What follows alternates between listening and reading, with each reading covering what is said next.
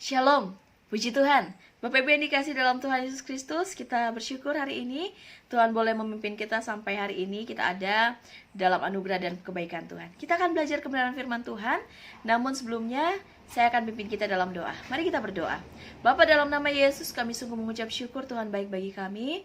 Saat ini kami akan belajar kebenaran firman Tuhan. Pimpin sertai kami, berikan kami hikmat akal budi, dan biarlah kami bisa mengerti setiap kebenaran firman Tuhan yang akan kami dengarkan bersama pada saat ini. Dalam nama Yesus kami berdoa, berbicara kepada kami Tuhan, kami siap mendengarkan Engkau. Haleluya, amin. Puji Tuhan. Bapak Ibu yang dikasih dalam Tuhan Yesus Kristus, kita akan belajar sama-sama dari satu kebenaran firman Tuhan yang terambil di dalam 1 Raja-Raja pasalnya yang ke-19, ayatnya yang pertama sampai dengan ayatnya yang ke-8.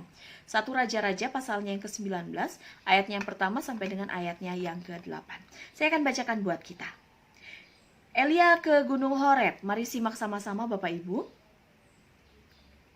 Ketika Ahab memberitahukan kepada Isabel segala yang dilakukan Elia dan perihal Elia membunuh semua nabi itu dengan pedang, maka Isabel menyuruh seorang suruhan mengatakan kepada Elia, "Beginilah kiranya para Allah menghukum aku. Bahkan lebih lagi daripada itu. Jika besok kira-kira pada waktu ini aku tidak membuat nyawamu sama seperti nyawa salah seorang dari mereka itu." Ayat 3. Maka takutlah ia, lalu bangkit dan pergi menyelamatkan nyawanya. Dan setelah sampai ke Beersheba, yang termasuk wilayah Yehuda, ia meninggalkan bujangnya di sana. Tetapi ia sendiri masuk ke padang gurun sehari perjalanan jauhnya, lalu duduk di bawah sebuah pohon arar. Kemudian ia ingin mati, katanya. "Cukuplah itu sekarang, ya Tuhan. Ambillah nyawaku, sebab aku tidak lebih baik daripada nenek moyangku." Sesudah itu ia berbaring dan tidur di bawah pohon arar itu. Tetapi tiba-tiba seorang malaikat menyentuh dia serta berkata kepadanya, "Bangunlah, makanlah." Ketika ia melihat sekitarnya, maka pada sebelah kepalanya ada roti bakar dan sebuah kendi berisi air. Lalu ia makan dan minum, kemudian berbaring pula. Tetapi malaikat Tuhan datang untuk kedua kalinya dan menyentuh dia, serta berkata, "Bangunlah, makanlah, sebab kalau tidak, perjalananmu nanti terlalu jauh bagimu." Maka bangunlah ia, lalu makan dan minum. Dan oleh kekuatan makanan itu ia berjalan 40 hari 40 malam lamanya sampai ke gunung Allah, yakni Gunung Horeb. Puji Tuhan. Bapak Ibu yang dikasih dalam Tuhan Yesus Kristus, kita akan belajar bersama-sama dari satu tema, belajar dari kejatuhan dan depresi Elia. Saya ulangi, belajar dari kejatuhan dan depresi Elia. Bapak Ibu yang dikasih dalam Tuhan Yesus Kristus, saya percaya, saya yakin bahwa semua orang mengakui bahwa hari-hari yang sedang kita jalani atau hari-hari belakangan ini adalah hari-hari yang sulit, yang sukar. Terlebih-lebih dengan adanya pandemi COVID-19, yang kita tahu semua bahwa pandemi ini adalah satu wabah yang menjangkit serempak di mana-mana, meliputi daerah geografis yang luas. Dan pandemi COVID-19 ini pastinya membawa satu dampak yang luar biasa di segala bidang. Dan saya percaya bahwa setiap kita mengalami dampak tersebut. Ada ekonomi yang semakin sulit. Ada orang-orang yang banyak yang di PHK. Proses belajar mengajar di sekolah yang semakin sulit karena harus dilakukan di rumah masing-masing. Ada pekerjaan-pekerjaan juga yang tidak bisa dilakukan di kantor dan menyebabkan banyak pekerja-pekerja yang harus WFH, work from home. Banyak orang yang kemudian menjadi frustasi. Banyak orang yang kemudian menjadi tidak semangat lagi, hilang semangat mereka. Bahkan menjadi putus asa dan hilang pengharapan. Karena mereka merasa sudah tidak kuat lagi menanggung beban hidup yang semakin hari semakin berat. Ternyata Bapak Ibu, bukan hanya kita yang mengalaminya. Di dalam Alkitab dicatat, ada banyak tokoh-tokoh Alkitab yang pernah mengalami depresi dalam hidup mereka. Ketakutan, kekhawatiran mereka alami dalam hidup mereka. Termasuk di dalamnya tentang kisah Nabi Yunus, Nabi Elia, bahkan Nabi Musa, yang berdoa kepada Tuhan karena depresi mereka. Mereka minta Tuhan untuk mencabut nyawa mereka. Bapak Ibu yang dikasih dalam Tuhan Yesus Kristus, ketika Elia, hari ini kita akan belajar tentang Elia khusus. Tentang doanya untuk minta Tuhan mencabut nyawanya. Karena depresi berat yang dialami oleh Elia. Ketika Elia berdoa untuk Tuhan mengambil nyawanya, saat itu Elia baru saja mengalami satu kemenangan yang luar biasa, Bapak Ibu. Satu keberhasilan di mana dia membunuh 450 Nabi Baal. Dan hal itu membuat Ratu Isabel menjadi murka. Dan ia mengancam akan membunuh Elia. Rupanya, Elia tahu bahwa ancaman itu bukan ancaman main-main. Ia tahu bahwa ancaman itu adalah ancaman yang serius. Dan kemudian Elia lari menyelamatkan diri ke Gunung Horeb dan bersembunyi di sana. Sepertinya ia mengalami kelelahan fisik. Karena pada ayat 18 dia sudah berperang, membantai 450 Nabi Baal. Artinya ada kelelahan fisik yang dialami oleh Elia. Belum berhenti dengan kelelahan fisiknya, tiba-tiba dia dapat suatu kabar yang kemudian pastinya membuat mentalnya kemudian menjadi lemah. Wah, mau dibunuh loh sama ratu. Tentu dia menjadi lemah secara mental dan secara fisik yang belum terlalu pulih. Ia kemudian lari. Ia lari dari kejaran orang-orang Isabel yang menempuh perjalanan yang sangat jauh. Ia menuju ke Gunung Horeb. Sampainya di Beersheba, Elia berhenti dan ia berdoa. Apa yang didoakannya? Ia minta Tuhan untuk mencabut nyawanya. Ia berdoa supaya Tuhan, saya pengen cepat mati. Tuhan, saya pengen mati, cabut aja nyawa saya. Sungguh sesuatu yang sangat mengejutkan sebenarnya. Seorang hamba Tuhan yang sangat dipakai Tuhan luar biasa. Seorang yang sangat dikagumi oleh banyak orang. Justru berdoa dan minta mati sama Tuhan. Dari hal ini kita belajar sama-sama bahwa ternyata bukan hanya saya dan Bapak Ibu sekalian, manusia-manusia yang hidup pada zaman ini yang mengalami ketakutan, frustasi, depresi, dan lain sebagainya. Ternyata hal itu pun dialami oleh nabi-nabi yang hidupnya benar, yang hidupnya tak bercacat, yang hidupnya benar-benar mereka jaga di hadapan Tuhan. Mereka pun bisa menghadapi atau mengalami hal-hal tersebut. Sekali lagi, Nabi Elia bukan sembarang nabi biasa ya. Dia adalah orang atau nabi yang dipakai Tuhan dengan sangat luar biasa. Namun kemudian kita tahu bahwa Nabi Elia pernah berada di satu titik terendah di dalam kehidupannya, di mana ia kehilangan semangat hidup sehingga ia ingin mati rasanya. 1 Raja-Raja pasal yang ke-19 ayat yang keempat ini merupakan doa dari Elia. Ia katakan, cukuplah itu sekarang ya Tuhan, ambillah nyawaku, sebab aku ini tidak lebih baik daripada nenek moyangku. Bapak Ibu, pertanyaannya mengapa Elia berdoa minta mati? Ada beberapa hal ya. Yang pertama, ia kecewa kepada umat Israel, khususnya kepada Raja Ahab yang tidak mau bertobat. Yang kedua, dia putus asa. Ia mengira hanya tinggal dia sendiri yang bekerja untuk Tuhan. Dia mengira bahwa hanya tinggal dia sendiri yang setia untuk melakukan kebenaran firman Tuhan. Hal yang ketiga, ia takut karena ancaman dari Ratu Isabel yang hendak membunuhnya. Dan bagian yang keempat, ia berdoa minta Tuhan mencabut nyawanya karena dia merasakan ketakutan, depresi yang sangat luar biasa, yang berat di dalam hidupnya. Elia hanya melihat pada dirinya sendiri. Ketika dia mengalami masalah, dia mengalami satu situasi yang berat, dia hanya memandang kepada kekuatannya sendiri, dia memandang kepada situasinya sendiri. Dan itulah yang menyebabkan kemudian Elia menjadi kecewa, ia menjadi putus asa, ia menjadi depresi yang berat. Dan kemudian ia berdoa untuk minta Tuhan mencabut nyawanya. Ia minta mati kepada Tuhan. Bapak Ibu yang dikasih dalam Tuhan Yesus Kristus, seringkali kita ada dalam situasi seperti Elia. Kita mengalami kekhawatiran, ketakutan, depresi. Mengapa demikian? Karena kita hanya berfokus pada diri kita. Kita hanya berfokus pada kekuatan kita, pada situasi yang berat atau masalah yang kita hadapi di hadapan kita. Dan kemudian kita menjadi kecewa, kita menjadi takut, kita menjadi putus asa, kita menjadi depresi. Tuhan mengasihi dan peduli pada Elia. Ia tidak langsung mencabut nyawa Elia. Namun kemudian ia datang dan memberi pertolongan. Bentuk pertolongan Tuhan kepada Elia yang pertama, ia memberikan istirahat, ada makanan dan minum kepada Elia. Artinya kebutuhan fisiknya terpenuhi. Diperhatikan. Yang kedua, setelah Elia bekerja, lebih kuat secara fisik, ia bertanya kepada Elia, Allah bertanya kepada Elia, apa kerjamu di sana, hai Elia? Dengan itu Tuhan mau membangkitkan kesadaran Elia akan tugas dan panggilannya yang semula.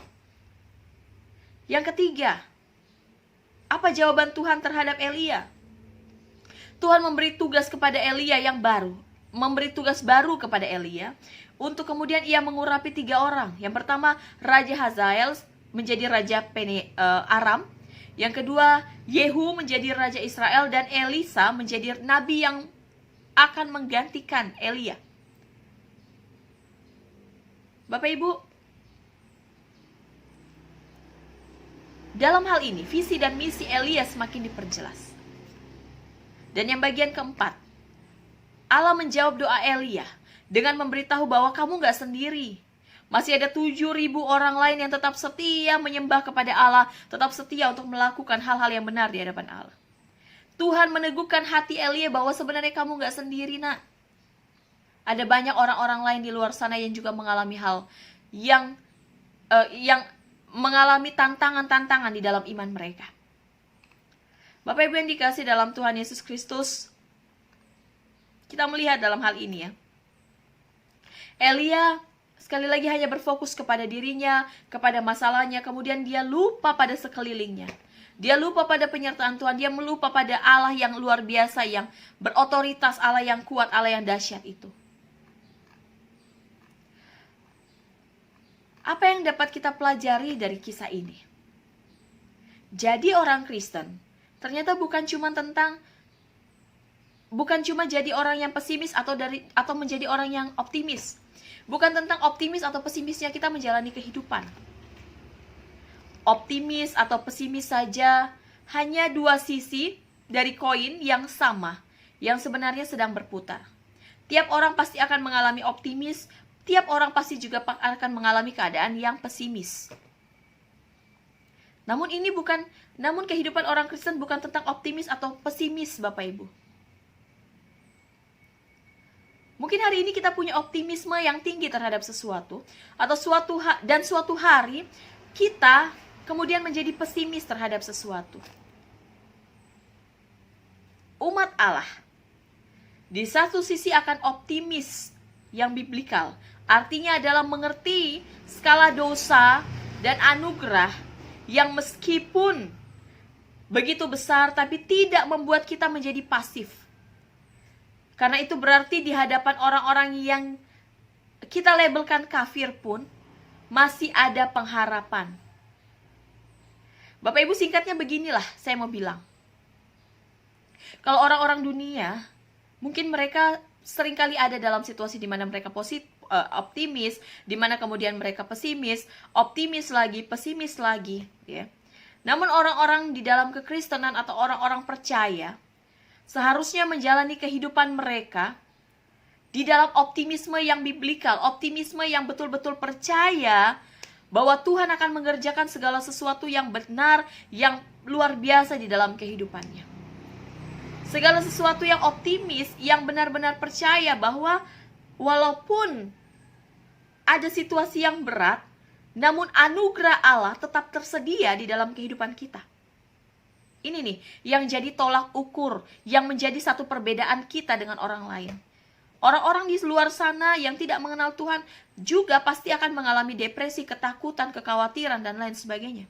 Namun bedanya, ketika saya dan Bapak Ibu sekalian mengalami depresi, ketakutan, kekhawatiran seperti orang-orang lain di luar sana, kita bukan hanya berhenti pada optimis, pesimis seperti itu. Tapi kita kemudian menjadi orang-orang yang terus optimis yang biblikal, artinya optimisme kita akan terus optimis, akan terus ada dalam situasi yang optimis, di mana kita percaya bahwa anugerah Allah tetap akan tersedia bagi kita apapun keadaan yang kita alami saat ini. Poinnya di situ Bapak Ibu. Kalau orang-orang di luar sana cuma melihat segala sesuatu dari sudut pandang mereka, situasi mereka. Oh, kalau misalnya situasinya baik, mereka akan optimis. Kalau situasinya mendukung, mereka akan optimis. Kalau ternyata situasinya tidak mendukung, mereka akan pesimis dan lain sebagainya. Namun kita di dalam kekristenan, optimis kita adalah optimis yang tidak pernah berubah menjadi pesimis. Kita akan terus menjadi orang-orang yang optimis karena kita percaya anugerah Allah tetap akan tersedia bagi kita apapun keadaan yang kita alami. Wow, ini sesuatu yang luar biasa sebenarnya, yang Tuhan ingin teguhkan dalam hidup kita. Apa yang menjadi masalah problem kita, apa yang menjadi sakit penyakit kita saat ini, apa yang menjadi hal-hal yang membuat kita kemudian menjadi pesimis, seharusnya tidak ada di dalam kehidupan kita sebagai orang percaya. Namun sebaliknya, sebagai orang percaya seharusnya kita terus ada dalam satu situasi yang optimis, di mana kita memandang segala sesuatu itu sebagai segala sesuatu yang baik, yang Tuhan rancangkan dengan sangat baik dalam hidup kita, dan kita percaya bahwa anugerah Allah tetap tersedia bagi kita apapun yang terjadi, apapun keadaannya. Bapak Ibu yang dikasihi dalam Tuhan Yesus Kristus, karena kita sudah tahu bahwa sebagai orang-orang percaya, kita tidak pernah terlepas dari rancangan indah Tuhan, sehingga membuat kita kemudian menjadi orang-orang yang optimis dalam hidup.